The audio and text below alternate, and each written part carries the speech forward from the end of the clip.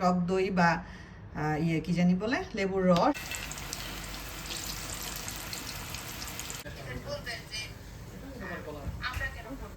আজকের আলহামদুলিল্লাহ নিজের সর্বনাশ আসলে নিজেই ডেকে আনছি, কোন দুঃখে যে আমি।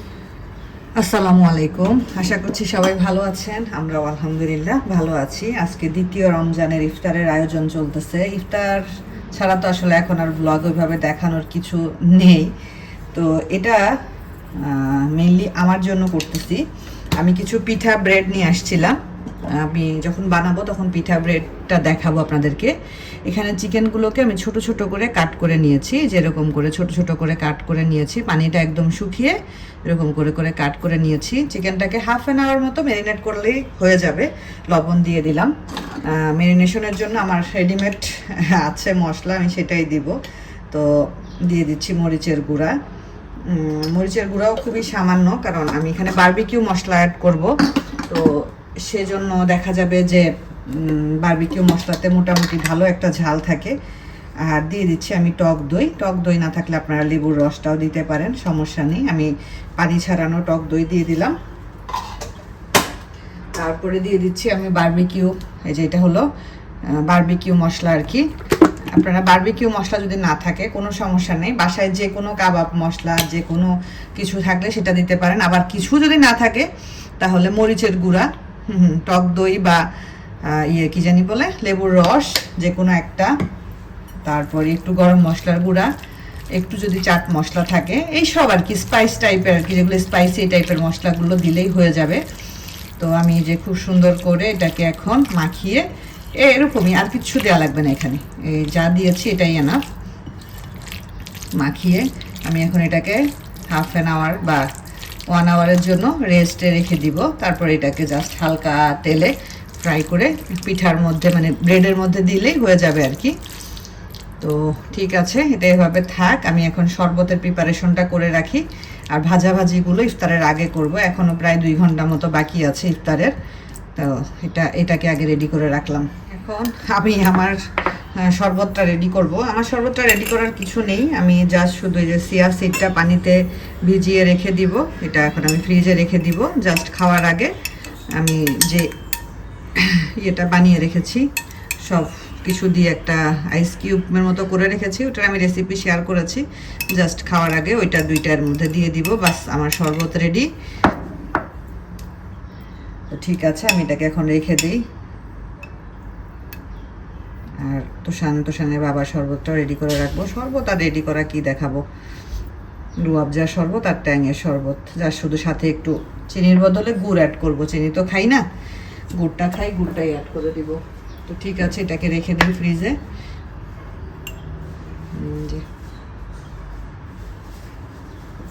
শরবত বানায় ফ্রিজে রেখে দিয়েছি। আমি এখন বেসনের গোলাটা করে রাখবো। আমি পারফেক্ট বেসনের গোলা কিভাবে করে সেই রেসিপিটা আজকে শেয়ার করব। এতে করলে এভাবে বেসনটাকে আপনারা যদি গোলান মানে রেডি করেন, তাহলে বেগুনি বা আলুর চপ যেটাই এটাতে ডিপ করে ফ্রাই করেন না কেন, খুব সুন্দর একদম ফুলকো ফুলকো হবে। এখানে আমি এই চামচটার, এই যে চামচটা দেখতে পাচ্ছেন, এটার ভরা ভরা 3 চামচ বেসন নিয়েছি, যেহেতু আমার অল্পই লাগবে। আর এটার 1 চামচ পরিমাণ চালের গুঁড়ো নিয়েছি। চালের গুঁড়োটা দেওয়ার চেষ্টা করবেন, এতে করে বেসন মানে বেগুনিগুলো ফোলা ফোলা হবে। দিয়ে দিলাম স্বাদ অনুযায়ী লবণ। মশলা খুবই সামান্য, তেমন কোনো আহামরি মশলা না। দিয়ে দিচ্ছি হলো মরিচের গুঁড়ো। ঝালটা তো রোজা রেখে, সারাদিন রোজা রেখে ঝাল যত কম খাওয়া যায় ততই ভালো। দিয়ে দিচ্ছি হলো হলুদের গুঁড়ো। হলুদের গুঁড়ো খুব বেশি না, সামান্য পরিমাণের। আসলে এত মাপঝোপ করে তো করতে পারি না, যতটুকু আন্দাজ হয় সে অনুযায়ী দিয়ে দেই আর কি। এখন অ্যাড করতেছি হলো জিরার গুঁড়ো। এটা হলো ভাজা জিরার গুঁড়ো, এটা দেওয়ার চেষ্টা করবেন। আর দিয়ে দিব আমি অল্প একটু বেকিং পাউডার, এটা দেওয়ার চেষ্টা করবেন। বেকিং পাউডারটা দিলে মানে এই যে হাত দিয়ে দিলাম, খুবই সামান্য পরিমাণের বেকিং পাউডার দিয়ে দিলাম। আর এটার মেন এখন যে টিপসটা দিব সেটা হলো এই পানিটাকে কুসুমের চাইতে একটু বেশি গরম পানি দিয়ে এটাকে গোলাবেন আর কি। কুসুম গরমের চাইতে একটু বেশি গরম দিয়ে এই গোলাটাকে রেডি করলে মানে বেগুনি ফুলবে ইনশাআল্লাহ। এভাবে করে যদি করেন, অনেকে আদা রসুনের পেস্ট দেয়, ইচ্ছা করলে দিতে পারেন, আমি আর দিলাম না আদা রসুনের পেস্ট। আমি এই কয়টা মশলাই অ্যাড করতেছি। একটু ভালো করে শুকনো উপকরণগুলোকে আগে একটু মিশিয়ে টিশিয়ে নেই, তারপরে আমি এখানে পানি অ্যাড করব। পানি অ্যাড করে অল্প অল্প করে এটাকে আমি রেডি করে নিব। আর থিকনেসটা একদম পাতলা করা যাবে না, আবার খুব বেশি ঘন হবে না, টেক্সচারটা হবে মিডিয়াম। যে এটা কুসুমের চাইতে গরম আর কি, মানে হাত একটু চুবাই রাখলে আপনার হাতে গরম লাগবে এরকম পানি। আমি অল্প অল্প করে প্রথমে এতটুকু দিলাম, দিয়ে সুন্দর করে এটাকে মিশিয়ে আস্তে আস্তে করে অ্যাড করব, একবারে বেশি দেওয়া যাবে না। এটা আমরা সবাই জানি, এটা নতুন করে শেখানোর কিছু নেই। এটাতে যদি আপনারা চিকেন, আমি যে চিকেনটা ম্যারিনেট করে রাখলাম সেই চিকেনটাও যদি ডিপ করে ফ্রাই করেন তাহলে চিকেন পাকোড়া হয়ে যাবে।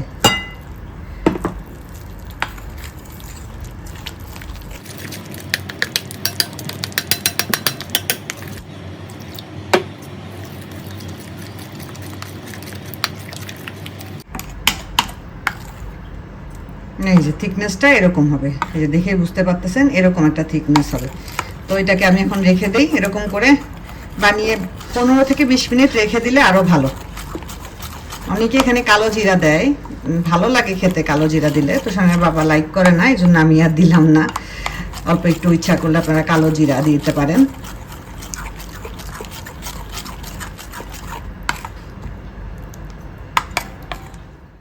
দুই চুলাতে দুইটা পাত্র বসিয়ে দিয়েছি, একটাতে বেগুনি ভাজবো আর একটাতে চিকেনগুলো, যেহেতু ম্যারিনেট করে রেখেছি ঘন্টাখানেক হয়ে গেছে, চিকেনগুলো ভেজে নিব। এটা সরিষার তেল, খাঁটি সরিষার তেল। এটা আমার শ্বশুরবাড়ি থেকে পাঠানো হয়েছিল, ইনশাল্লাহ দেশে গেলে আবার নিয়ে আসবো। আর এই যে চিকেনটা খুব সুন্দর করে ম্যারিনেট হয়েছে, যেহেতু ছোট ছোট করে কাট করে নিয়েছি, তার মধ্যে আবার ঘন্টাখানিক ম্যারিনেট করে রেখেছি।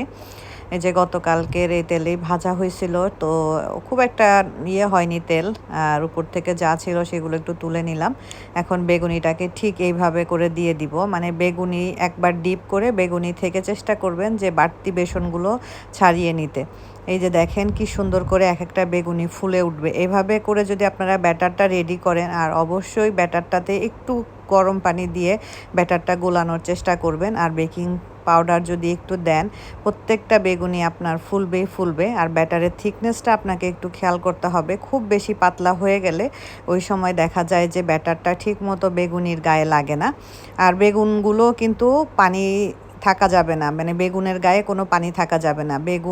বেগুনির জন্য কাটার আগে বেগুনটাকে আগে ধুয়ে নেবেন, তারপরে বেগুনির জন্য কেটে নেবেন।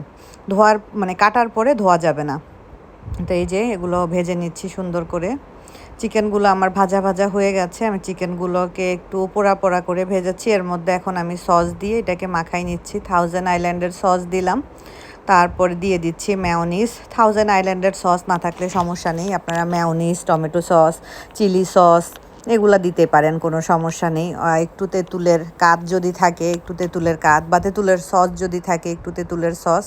আমার তেঁতুলের সসটাই আছে, তো আমি তেঁতুলের সস, থাউজেন্ড আইল্যান্ডের সস আর চিলি সস আর মেয়োনিজ এই 4টা দিয়ে দিলাম। এগুলো দিয়ে খুব ভালোভাবে এখন এটাকে সুন্দর করে মাখিয়ে তারপরে বাকি কাজটা আমি আপনাদের সাথে ইনশাল্লাহ শেয়ার করব।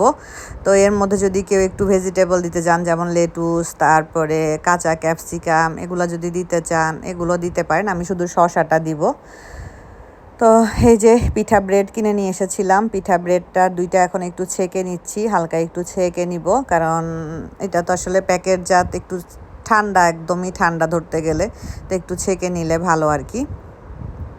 সেকা হয়ে গেছে, এখন আমি যে মাঝখান থেকে এভাবে করে কেটে এখন এই যে এইভাবে করে পকেটের মতো করে নিব। এগুলো তো পিঠা ব্রেড, এগুলো এরকম পকেটের মতো করা যায়। আমার আরেক মোবাইলে মেসেজ আসতেছে, সেটার সাউন্ড শুনতে পাচ্ছেন আপনারা। আর আপনারা যদি মনে করেন যে আপনারা এরকম করে বাসায় বানিয়ে নেবেন, তো সেটাও বানিয়ে নিতে পারেন। নান যেভাবে বানাই ওইভাবে করে ডো রেডি করে ছোট ছোট করে বানিয়ে নেওয়া যায়। তো এত আসলে ইফতারির আগে তো করা সম্ভব হয় না, এই যে রেডিমেড পেয়েছি এজন্য নিয়ে এসেছি। তো এই যে এটা হলো একটা হেলদি, এটা আসলে আমার জন্য। আর কারণ এই রুটিটাও হলো লাল আটার রুটি, এই যে পিঠা ব্রেড যেটা দেখতে পাচ্ছেন এটা হলো লাল আটার। তো এটা আমি যেহেতু ভাজা পোড়া খাবো না, এটা তো মেনলি আমার জন্যই আসলে। তো এই যে একটু শসা জুলিয়ান কাট করে রেখেছিলাম, তো সেই শসাটা উপর থেকে এভাবে দিয়ে দিচ্ছি, আর এইভাবে করে একটা একটা করে সবগুলো ইনশাল্লাহ বানিয়ে নিব। তো ইফতারি তো রেডি করে ফেলছি আমি। এই যে এই আগরবাতির মতো এগুলা কিনছিলাম, বাট এগুলা আগরবাতি হলেও এগুলা হলো বিভিন্ন সুন্দর ঘ্রাণ হয় আর কি, বিভিন্ন স্মেলের। এটা হলো রোজ স্মেল, তো সুন্দর একটা ঘ্রাণ হবে, ভালো লাগবে। আর এই যে ইফতারি সব রেডি করে ফেলছি, এই যে সব ইফতারি রেডি।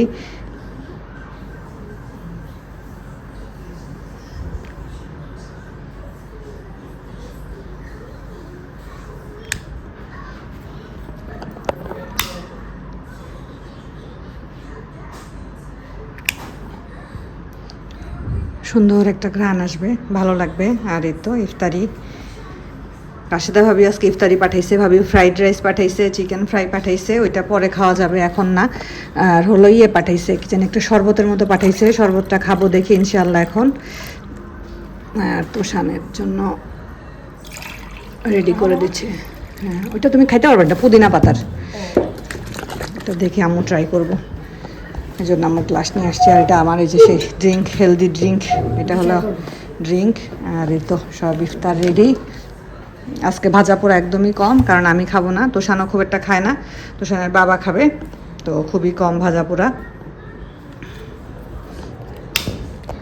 আজকে ইফতারি শেষ করে চা নিয়ে বসছি, কারণ গতকালকে ইফতারির পরে এমন ঘুম আসতেছিল, আজকেও ঘুম আসতেছে। ইফতারির পরে ঘুমানো যাবে না, নামাজে দেরি হয়ে যায়, তো চা নিয়ে বসছি। চাটা এখন খাবো, দেখি কি হয়। যাই হোক, সমস্যা নেই, রাত্রে দেরি করে ঘুমাইলেও তো সমস্যা নাই, কারণ সকালে তো আসলে ওঠার তাড়াহুড়া থাকবে না। কালকে তুষান তাবিবেরও বন্ধ আছে, আর তাবিবের টিফিন রেডি করারও কিছু নাই, আর সেরিতে তো উঠতেই হবে। এই যে মিস্টার তাবলু, তাবলু, আর এই যে তাবলুর বাবা। তাবলু, কেমন আছো? Why sad? স্যাড কেন? ভাত খেয়ে ফেলো। স্টিল ক্ষুধা? তুমি এই ইফতারির এত কিছু খাইলা না কেন? হ্যাঁ, শুধু ফ্রুটস খেলে হয়? সব কিছু খাইতে হয়? সারো সারো সারো। একটা জিনিস আপনাদেরকে দেখাই, দেখেন এখন 4:40 বাজে রাত, আমার চোখে কোনো ঘুম নেই। আসলে কি বলবো, নিজের মারাত্মক সর্বনাশ নিজেই করেছি। এখন আমি নির্ঘুম চোখে এই যে এক সাইড থেকে আর এক সাইড এগুলা করতেছি, একটু পরে উঠতেছি, পানি খাচ্ছি, আবার শুচ্ছি। সেহেরি আমি ঘুমাই নাই, কারণ আমি ঘুমাইলে সেহেরিতে আর উঠতে পারবো, মানে উঠতে পারবো, কষ্ট হয়ে যাবে আর কি। সেহেরিতে তো উঠতেই হবে, তো কষ্ট হয়ে যাবে, এই জন্য আমি আর ঘুমাই নাই। এই 1 কাপ চা খাওয়ার ফল এটা। তো তোষান হলো পরোটা খাবে, সে রাত্রেই বলছে সে পরোটা খাবে। আর আমাদের হলো গতকালকে রাশিদা ভাবি ইফতারে ফ্রাইড রাইস দিছিল, তো সেই ফ্রাইড রাইস তোষান খাবে না, কারণ সাথে ভেজিটেবল দেওয়া। তো তোষানের জন্য পরোটা, এই যে এখানে গরুর মাংস আছে, এই যে গরুর মাংসটা গরম করব। তোষানকে একটা পরোটা দিলেই হবে, কারণ গতকালকে ওকে 2টা দিছিলাম, খাইতে পারে নাই। একটা পরোটা খাবে, সাথে কলা আছে, খেজুর আছে, এগুলো খাবে ইনশাল্লাহ। তো আমি গরুর মাংসটা গরম করে নিই। তোষানের বাবা অলরেডি তোষানকে ডাকতে চলে গেছে। তোষানের বাবা আমাকে বলতেছে তুমি ঘুমাও নাই। আমি তো আসলে চা খেয়ে মস্ত বড় ভুল করে ফেলছি, কি করব, চা আসলে খাইলেও অল্প করে খাইতে হবে। আমি একদম গতকালকে খুব বেশি চা খেয়ে ফেলছি।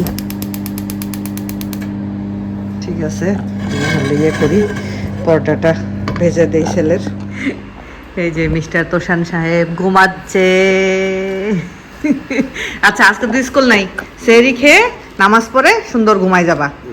যতক্ষণ সকালে ঘুমাইতে ইচ্ছা করে ঘুমাবা, কোনো সমস্যা নেই। হ্যাঁ হ্যাঁ, গরম দিয়েছিলাম, তাহলে ভিতরে গরম হয়নি। তো এই যে রাশেদা ভাবি হলো ফ্রাইড রাইস দিছিল, সেই ফ্রাইড রাইস একটু গরম করে নিয়ে আসো, তোমার গরম করতে ইচ্ছা করলে, আমার জন্য ঠিক আছে। আর তোষানের হলো পরোটা, গরুর মাংস, সাথে একটা আলুর চপ। তোষান ইদানিং আলুর চপ খুব পছন্দ করতেছে। আর আমার একটা ড্রিঙ্কস আছে, ড্রিঙ্কস। এই তো এখন আমাদের সেহেরি এটা আজকের, আলহামদুলিল্লাহ। ওর সাথে চিকেনও আছে। ঠিক আছে, সেহেরি করে আজকে মানে আমি কি যে একটা সর্বনাশ করছি, নিজের সর্বনাশ আসলে নিজেই ডেকে আনছি। কোন দুঃখে যে আমি চা খাইতে গেছিলাম, আর একসাথে খাইছি 1 মগ চা।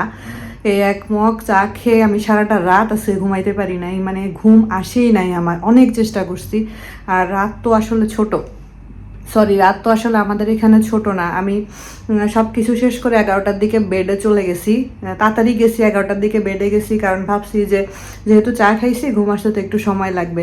জেগে আছি, মোবাইল টিপতেছি, আবার এই কাইট থেকে ওই কাইট হচ্ছি, একটু মোবাইলে একটু ভিডিও দেখি, আবার মানে কেমন যে লাগতেছিল। এদিকে সবাই ঘুমাচ্ছে, তোষান তাবিবের বাবা, ওদের তো আর কোনো সমস্যা নাই। আমি না হয় আমার নিজের সর্বনাশ নিজে ডেকে নিয়ে আসছি, ওদের তো আর কোনো সর্বনাশ হয় নাই আসলে। তারপরে সেই ঘুম আসে না। তারপরে চিন্তা করলাম যে আসলে যখন ঘুম আসতেছিল তখন মনে হয় 4:45 মতো বাজে, আর 5:30টায় আমি উঠে যাব সেহেরির জন্য। তো আসলে ভাবলাম যে এই সময় ঘুমায় আর কোনো লাভ নাই, এখন যদি ঘুমাই তাইলে আমার সেহেরিতে উঠতে গেলে আমার প্রচুর পরিমাণে মাথা ব্যথা করবে। তো আমি আর সেজন্য সেহেরিতে আর ঘুমাই নাই। এই হলো অবস্থা। যাই হোক, কিছু করার নাই। মানে আমার খুব শখ হয়েছিল, খুশির ঠেলায় খেয়ে ফেলছি। খাওয়ার পরে আসলে এই যন্ত্রণা সহ্য করতে হইল। আর পুরো রোজাতে ইনশাল্লাহ এই বিপদ নিজে ডেকে আনবো না, যদি সব কিছু ঠিকঠাক থাকে বা খুব বেশি যদি আমার ক্রেভিংস না হয়। তো ঠিক আছে, সবাই ভালো থাকবেন, সুস্থ থাকবেন, আমাদের জন্য দোয়া করবেন। আজকের মতো বিদায় নিচ্ছি, আল্লাহ হাফেজ।